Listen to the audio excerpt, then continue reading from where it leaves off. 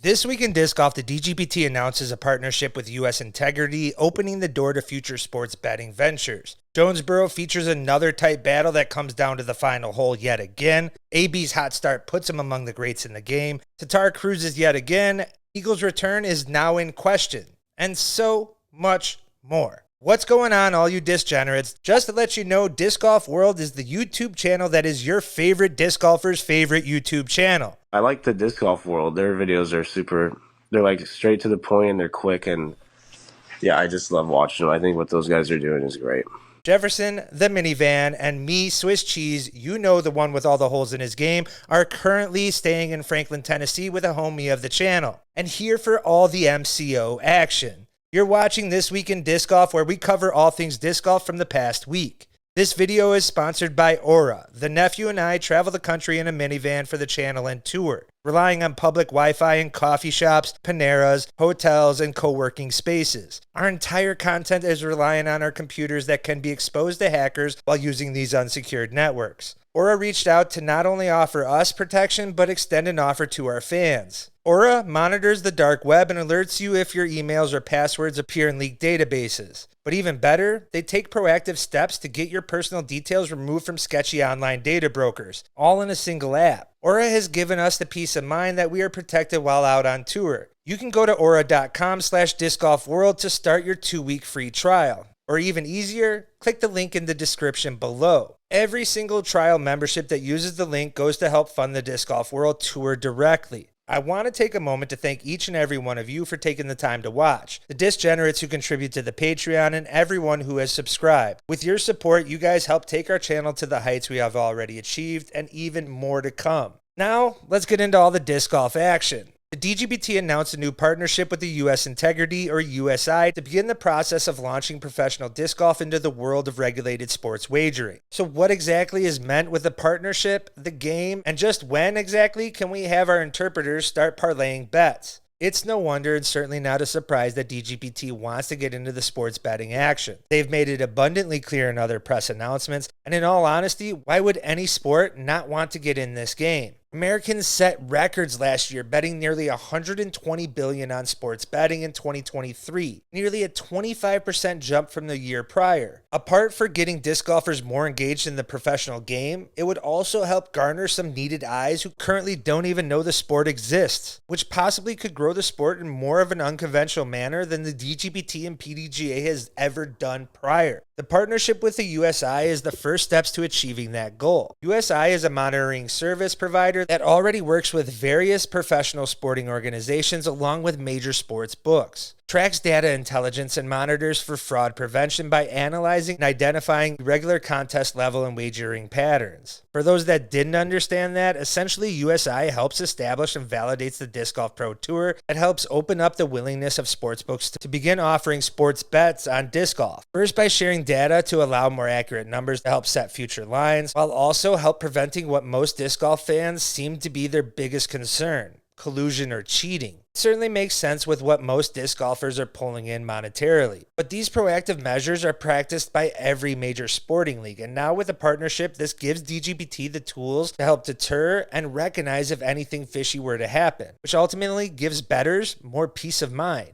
There is still no timetable for when or if golf sports betting will be picked up. Yet with the DGPT announcement of this partnership, not only is it the first step, but also part of the already negotiations that I'm sure are going on. With this partnership now established and DGPT stats, turnaround doesn't appear to be that long, but we'll have to wait and see. The entire DGPT tour thus far has seen tight races at nearly every stop, has had the sport's emerging young talents battling every week and highlighted with defining victories. And that is with last year's Player of the Year Calvin Heimberg being injured, a 25-year-old Eagle McMahon, one of the biggest names in the game, on the shelf for the entire season thus far, and previous leaders of the sport in Paul McBeth and Ricky Wysocki kind of taking a backseat to all the action. All this heading into Jonesboro Open, which over the past few events has had the action come down to the final hole in back-to-back years now. Though some were concerned that the shift in the course layout would provide the same dramatic finish this year, luckily for you, I, and all the fans, this year would be no different.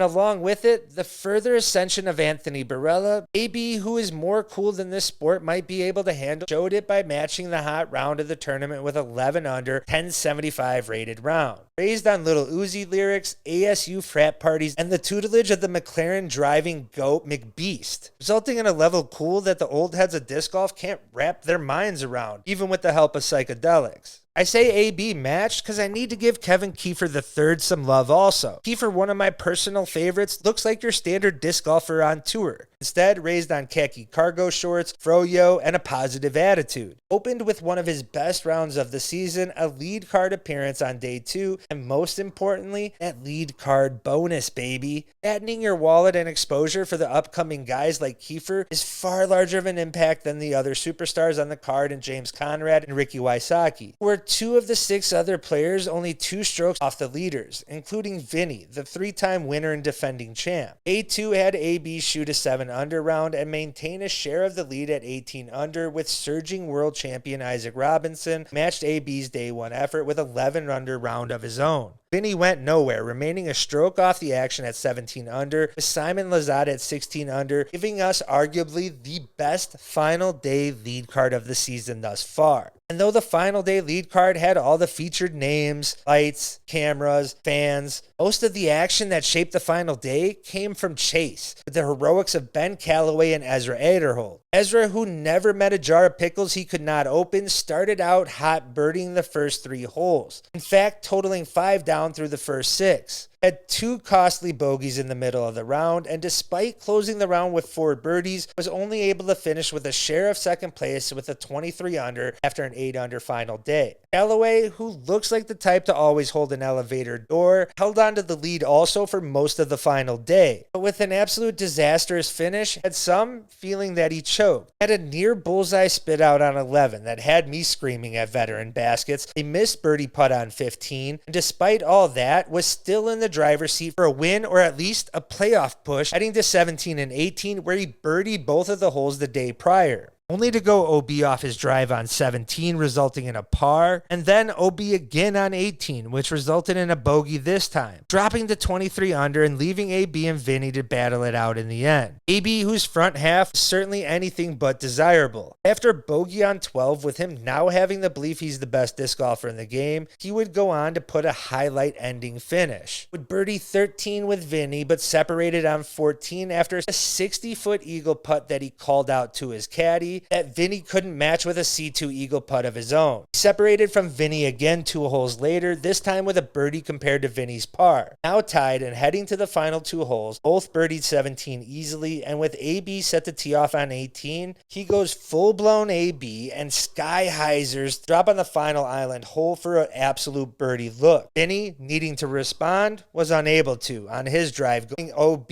giving the win to AB, tying him with Callaway and Aderhold for a second place finish. This is now the 3rd win for AB in only the first 5 events, something that hasn't been done since Paul McBeth did it in 2019. Others on that same list who have achieved that goal are Hall of Famers or future Hall of Famers, with Ricky Wysocki and Barry Schultz. Let's keep in mind, AB has yet to finish outside the top 4 also in those first 5 events, something only done 7 other times. So everyone who's tired of the continued AB is really good talk just needs to cool it with the now historic start. Fans never questioned Tatar's greatness with her anticipated Grand Slam sweep or Paul's 2015 run. Simply enjoyed the ride while watching something special. Why some are not as quick to embrace AB is beyond me, but the way the season has started, the dominant performance, very least at this moment, 2024 is all AB. Beth at 69. I just told myself, you got to will this one in there. Whatever you have, just will it in there. This man is unbelievable. This is what athletes live for. This is the moment.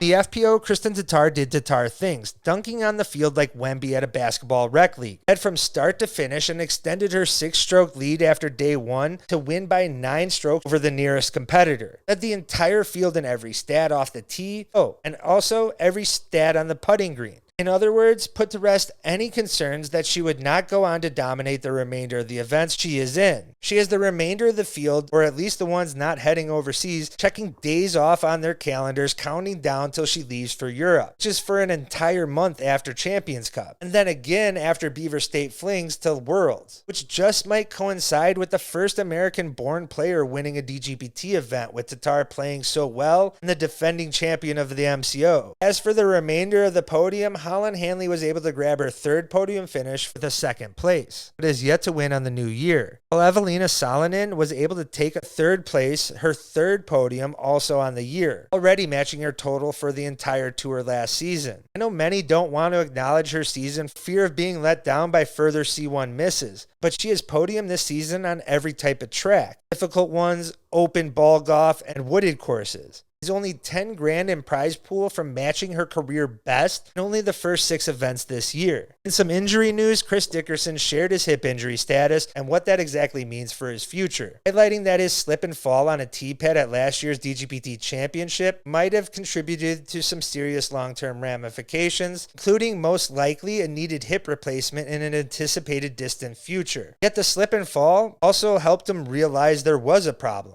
Dickerson went on to say he's suffering from moderate to severe osteoarthritis that has caused bone spurs and also an avascular necrosis, which means his hip bone is not getting enough blood supply. So the necrosis is most severe, but was discovered early. Yet the arthritis definitely shows the wear and tear this sport can take on professional bodies. The sport is young and arms have already surpassed disc golf technology for the most part, so it's not too clear just how damaging a professional career is. But now with injuries becoming more and more evident by a number of pros, length of the season and courses has already been expressed by pros to contribute to certain injuries. Speaking of injuries, the disc golf world has been awaiting the return of Eagle McMahon, who has been sidelined with an elbow injury for the season thus far. MCO was his anticipated return, but him tweaking his back has caused him to be 50-50 chance to play this weekend. His words. After that presser, I certainly feel there's even less of a chance. But he still did leave the door open for a possible return.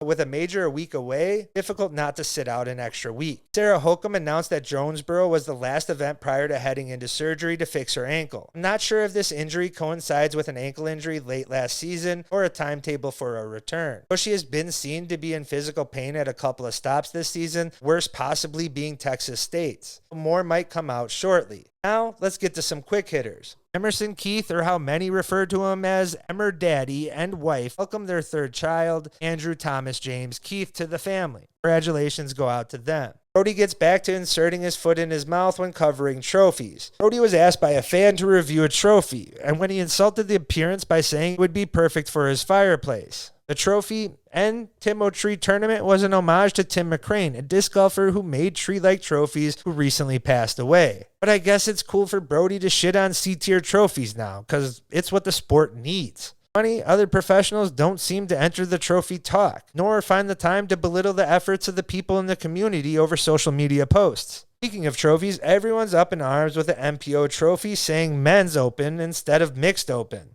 I know, a big deal to report. Luckily, we got MCO this week. Nearly no one criticizes the Gibson guitar. That merch does the most hated activity for us on tour. Fucking laundry absolutely sucks on the road. Guitar is so big, she's now featured on airline magazines in Europe, showing her career has taken off unlike any other pro in the game. Someone out there on the course gave Simon's promo pic the Dick Dastardly treatment. Simon, as a mustache-twirling villain driving the mean machine, works on so many levels. And Callaway announces he's switching to the Macbeth Kratos for his putter. Yet this past weekend showed that no putter is a match for those veteran baskets. Shit, even McBeastie calls them the ungalvanized ones. Chandler Kramer, Robert Burridge, and Emily Weatherman got some zipline action in while also hitting up an escape room. Must have been listening to tour guide Kevin Kiefer. Says the best escape rooms in all of America are here in Nashville. I can't verify, but trust the word of someone who has gone to over 40 escape rooms across the U.S. And no, it really is not as sad as it sounds.